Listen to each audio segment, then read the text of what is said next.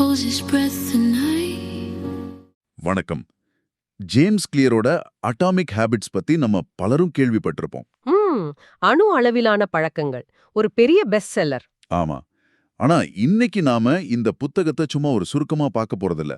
அதுக்கும் மேல போய் இந்த விதிகள்லாம் ஏன் வேலை செய்யுதுங்கிறதுக்கு பின்னால இருக்கிற உளவியலையும் கொஞ்சம் ஆழமா அலச போறோம்.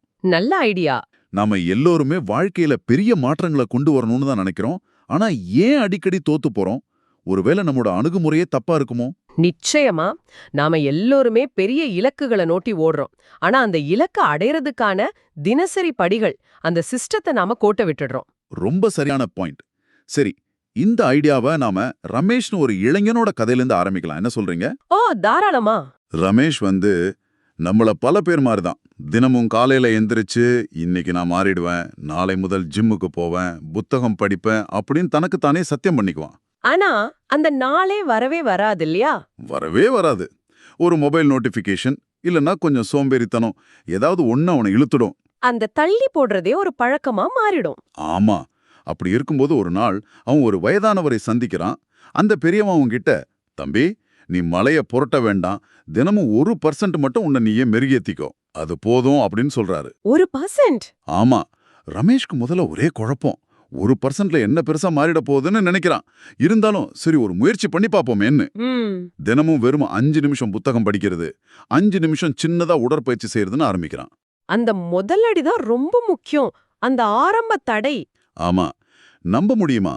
வெறும் 6 மாசத்துல அவனோட வாழ்க்கையில பெரிய மாற்றங்கள் தெரிய ஆரம்பிக்குது.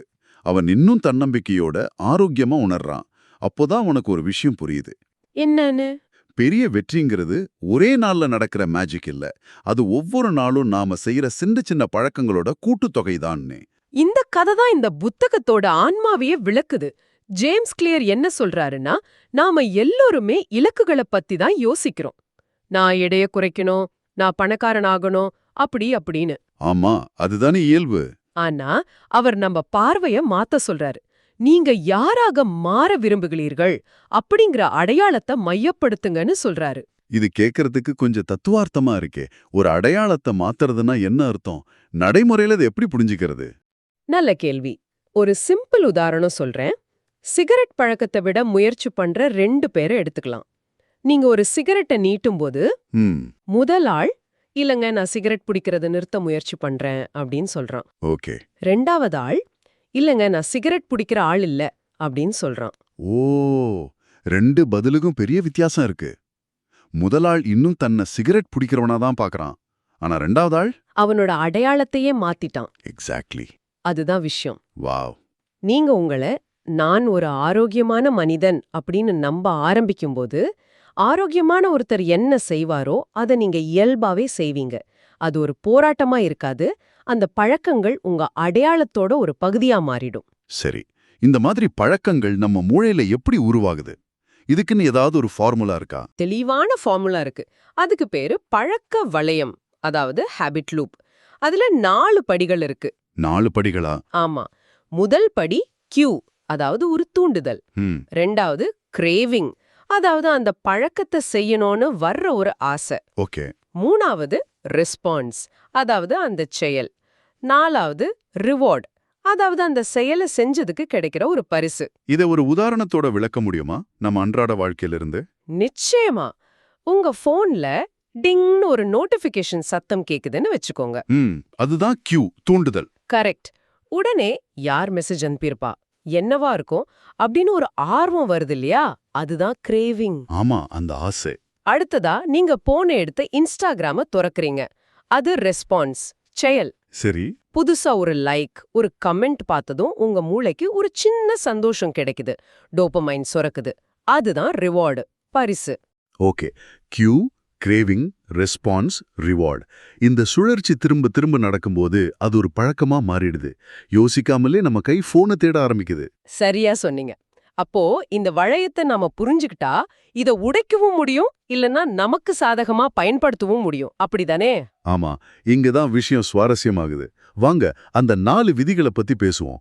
முதல் விதி, தெளிவாக காட்டு, மேக் இட் ஆப்வியஸ். அதாவது நீங்க ஆரம்பிக்க நினைக்கிற நல்ல பழக்கத்துக்கான தூண்டுதல் உங்க கண்ணுல படுற மாதிரி இருக்கணும். ஆமா, ஏன்னா நம்ம மூளை இயல்பாவே ஒரு சோம்பேறி. அது தனக்கு முன்னாடி என்ன இருக்கோ அதைத்தான் யோசிக்கும். நீங்க படிக்க வேண்டிய புத்தகத்தை அலமாரியில உள்ள வச்சுட்டு போனை கையில வச்சிருந்தா போனை தான் எடுக்கும். சிம்பிள். இது வில் பவர் பத்தின விஷயமே இல்ல. இது உங்க சூழலை வடிவமைக்கிற விஷயம். நல்ல பழக்கத்துக்கான தூண்டுதல் கண்ணுல படணும், கெட்ட பழக்கத்துக்கான தூண்டுதல் கண்ணை விட்டு மறையணும். அப்போ ரமேஷ் விஷயத்துல அவன் தினமும் காலையில உடற்பயிற்சி செய்யணும்னு நினைச்சா ராத்திரியே அவனோட ஷூவையும் டிராக்ஸையும் கண்ணுல படுற மாதிரி எடுத்து வைக்கணும். பர்ஃபெக்ட். அந்த ஷூவை பார்க்குற ஒவ்வொரு முறையும் அது அவனுக்கு அவனோட இலக்க ஞாபகப்படுத்திக்கிட்டே இருக்கும். அது ஒரு காட்சி தூண்டுதல். சூப்பர். சரி, 2வது விதி, ஈர்க்கும் வகையில் செய், மேக் இட் அட்ராக்டிவ். ஆனா எல்லா பழக்கமும் சுவாரஸ்யமா இருக்காதே. போர் அடிக்கிற விஷயங்களை எப்படி ஈர்க்கிற மாதிரி மாத்துறது? இது ஒரு பொதுவான பிரச்சனை. இதுக்கு ஆசிரியர் சொல்ற டெக்னிக் டெம்டேஷன் பண்டிலிங், அதாவது ஆசையை இணைத்தல். ஆசையை இணைத்தலா? ஆமா, உங்களுக்கு பிடிக்காத ஆனா செய்ய வேண்டிய ஒரு வேலைய உங்களுக்கு ரொம்ப பிடிச்ச ஒரு விஷயத்தோட இணைச்சுக்கணும். ஃபார் எக்ஸாம்பிள், நான் உடற்பயிற்சி செய்யும்போது மட்டும்தான் எனக்கு பிடிச்ச பாட்காஸ்ட கேட்பேன் அப்படின்னு ஒரு ரூல் வச்சுக்கலாம். ஓ, அப்ப பாட்காஸ்ட் கேட்கணுங்கிற ஆசையே நம்மள உடற்பயிற்சி செய்ய தூண்டும்.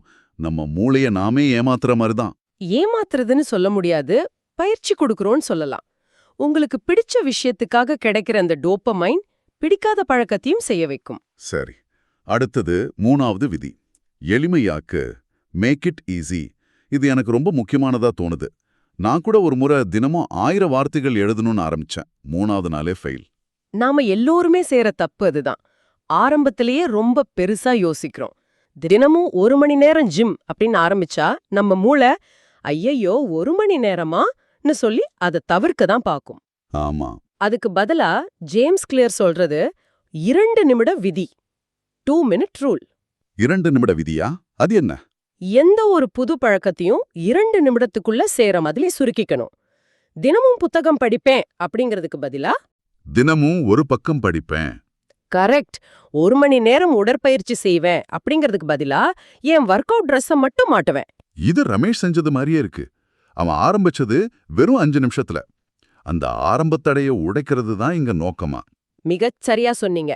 நோக்கம் அந்த பழக்கத்தை பெர்ஃபெக்ட்டா செய்யறதில்ல, அந்த பழக்கத்தை மறக்காம செய்யறது. அதாவது தொடர்ச்சி, கன்சிஸ்டன்சி தான் முக்கியம்.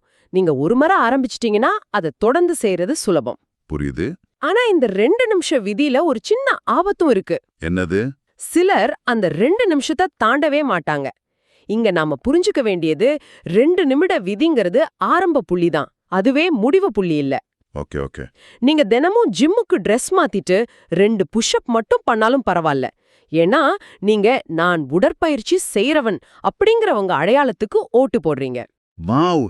அந்த அடையாளத்தோட இதை இணைச்சு பார்க்கும்போது இதுக்கு ஒரு புது அர்த்தமே கிடைக்குது. சரி, கடைசி விதி, சந்தோஷமாக்கு, மேக் இட் சாட்டிஸ்ஃபைங். ஒரு பழக்கத்தை செஞ்சதும் நமக்கு ஒரு திருப்தி கிடைக்கணும். இது ஏன் இவ்ளோ முக்கியம்? ஏன்னா நம்ம மூளை உடனடி வெகுமதிகளை விரும்புற மாதிரி தான் வடிவமைக்கப்பட்டிருக்கு. நம்ம ஆதி மனித மூளைக்கு 6 மாசம் கழிச்சு கிடைக்க போற பலனை விட இப்போ கையில கிடைக்கிற ஒரு பழம்தான் பெருசு. உண்மைதான். நல்ல பழக்கங்களோட பிரச்சனை என்னன்னா அதோட பலன்கள் ரொம்ப நாள் கழிச்சு தான் தெரியும். இன்னைக்கு ஜிம்முக்கு போனா உடனே 6 பேக் வந்துடாது. அந்த நீண்டகால பலன் கிடைக்கிற வரைக்கும் நம்மள எது ஊக்கப்படுத்தும்? அந்த சின்ன சின்ன உடனடி வெற்றிகள் தான். நீங்க ஒரு வேலையை முடிச்சதும் உங்க கேலண்டர்ல ஒரு டிக் போடுறது, இல்லனா ஒரு பழக்கத்தை ட்ராக் பண்ற ஆப்ல அதை குறிக்கிறது. ஓ, அந்த டிக் போடும்போது ஒரு சின்ன சந்தோஷம் கிடைக்குமே. ஆமா, அந்த சின்ன திருப்தி அதுதான் உங்க மூளைக்கு ஹே இது ஒரு நல்ல விஷயம், இத நாளைக்கும் செய் அப்படின்னு சொல்ற பரிசு. அதுதான் அடுத்த நாள் அந்த பழக்கத்தை திரும்ப செய்ய வைக்குது. அப்போ ரமேஷ் ஒவ்வொரு முறை 5 நிமிஷம் படிச்சு முடிச்சதும் அவனுக்குள்ளேயே சூப்பர், இன்னைக்கு நான் படிச்சிட்டேன்னு ஒரு சின்ன பெருமை ஏற்பட்டிருக்கும் இல்லையா? நிச்சயமா. அந்த உள்மன பாராட்டு ஒரு சக்தி வாய்ந்த பரிசு. சரி, நல்ல பழக்கங்களை உருவாக்க இந்த 4 விதிகள். அப்போ கெட்ட பழக்கங்களை நிறுத்த சிம்பிளா இதோட எதிர்மறையை பயன்படுத்தணுமா? அதேதான். கெட்ட பழக்கத்தை கண்ணுக்கு தெரியாம மறைக்கணும், இன்விசிபிள். சோஷியல் மீடியாவை குறைக்கணும்னா அந்த ஆப்ஸை ஹோம் ஸ்கிரீன்ல இருந்து எடுத்துடுங்க. அதை ஈர்க்காத விஷயமா மாத்தணும், அன்அட்ராக்டிவ். ஆமா, அதுல எவ்வளவு நேரம் வீணாகுதுன்னு யோசிங்க. அதை செய்யறத கடினமாக்கணும், டிஃபிகல்ட் ஆக்கணும். வைஃபையா ஆஃப் பண்ணிடுங்க. கடைசியா அத செஞ்சா ஒரு திருப்தி இல்லாத உணர்வை உருவாக்கணும். கரெக்ட். ஒருவேளை நீங்க ஒரு கெட்ட பழக்கத்தை செஞ்சா உங்க நண்பருக்கு 10 ரூபாய் கொடுக்கணும்னு ஒரு ஒப்பந்தம் போட்டுக்கலாம். இது நல்ல ஐடியாவா இருக்கே. சரி, இப்போ அந்த 1% விதிக்கு வருவோம். தினமும் 1% முன்னேற்றம்ங்கிறது கேட்க ரொம்ப சின்னதா இருக்கு. ஆனா அதோட தாக்கம் எப்படி அவ்ளோ பெருசா இருக்கு? இது கூட்டு வட்டியோட சக்தி, காம்பவுண்டிங் எஃபெக்ட். கணக்கு ரொம்ப சிம்பிள். நீங்க தினமும் 1% மட்டும் உங்களை முன்னேத்திக்கிட்டா ஒரு வருஷத்தோட இறுதியில நீங்க ஆரம்பிச்சதை விட 37 மடங்கு வளர்ச்சி அடைஞ்சிருப்பீங்க. வாவ்! 37 மடங்கு வளர்ச்சியா? ஆமா. அதே சமயம் தினமும் 1% பின்னடைஞ்சா கிட்டத்தட்ட 0 நெருங்கிடுவீங்க. ஆனா இங்கதான் பலரும் தப்பு பண்றாங்க. என்ன தப்பு? முதல் வாரம், முதல் மாசம் பெரிய மாற்றங்கள் எதுவும் தெரியாது. அந்த வளர்ச்சி வரைபடம் ஆரம்பத்துல ரொம்ப மெதுவா தான் போகும். பலரும் அந்த நேரத்துல ஒரு பிரயோஜனமும் இல்லைன்னு விட்டுடுவாங்க. பொறுமை இல்லாம. ஆமா. ஆனா அவங்க விட்டுட்டு போறது அந்த வளர்ச்சி அதிவேகமா மேலெழும்ப போற கட்டத்துக்கு சரியா முன்னாடி. பொறுமையும் தொடர்ச்சியும் தான் இங்க மந்திரம். அதனாலதான் ஆசிரியர் சொல்றாரு, சிறிய பழக்கங்கள் பிளஸ் நேரம் ஈக்குவல் டு பிரம்மாண்டமான முடிவுகள். நாம இதுவரைக்கும் பேசுனதுலயே எனக்கு ரொம்ப சக்தி வாய்ந்ததா தோணுனது அந்த அடையாளத்தை அடிப்படையாக கொண்ட பழக்கங்கள்ங்கிற கருத்து தான். ஆமா. இத இப்படி யோசிச்சு பாருங்க. உங்களுடைய ஒவ்வொரு செயலும் நீங்க யாராக மாற விரும்புகிறீர்களோ அந்த அடையாளத்திற்கு ஆதரவாக போடுகிற ஒரு வாக்கு மாதிரி. ஓட்டு போடுற மாதிரியா? ஆமா. நீங்க ஒரு முறை உடற்பயிற்சி செய்யும்போது நான் ஒரு ஆரோக்கியமான மனிதன் அப்படிங்கிற உங்க புதிய அடையாளத்துக்கு நீங்களே ஒரு ஓட்டு போடுறீங்க. ஓகே. ஒரு பக்கத்தை படிக்கும்போது நான் ஒரு கற்றுக்கொள்ளும் மனிதன்ங்கிற அடையாளத்துக்கு ஒரு ஓட்டு. ஆரம்பத்துல சில ஓட்டுகள் மட்டும்தான் இருக்கும். ஆனா நீங்க தொடர்ந்து செய்ய செய்ய அந்த வாக்குகள் சேர்ந்து உங்களுடைய புதிய அடையாளம் உறுதியாகும். அதுக்கப்புறம் நீங்க அந்த பழக்கத்தை தொடர்றதுக்கு உங்களை நீங்களே வற்புறுத்த தேவையில்லை. உங்க அடையாளம் உங்களை வழிநடத்தும். அப்போ ரமேஷோட கதையில அவன் வெறும் படிக்கும் பழக்கத்தையும் உடற்பயிற்சி பழக்கத்தையும் உருவாக்கல. அவன் நாளை பாத்துக்கலான்னு சொல்ற ஒரு சோம்பேறிங்கிற அடையாளத்துல இருந்து தினமும் தன்னை மேம்படுத்திக்கிற ஒருத்தன்கிற புதிய அடையாளத்தை மெதுவா ஓட்டு போட்டு உருவாக்கியிருக்கான். அந்த பழக்கங்கள் எல்லாம் அதுக்கான ஆதாரம். மிகச்சரியா சொல்லிங்க. நீங்க பழக்கத்தை மாத்தும்போது நீங்களே மாறுவீங்க. இதுதான் இந்த புத்தகத்தோட மையமான தத்துவம். ரொம்ப அருமை. சரி, இந்த கருத்துக்கள் எல்லாம் நம்ம நிஜ வாழ்க்கையில நம்ம கேட்பவர்கள் எப்படி பயன்படுத்தலாம்னு சில உதாரணங்களை பார்க்கலாம்.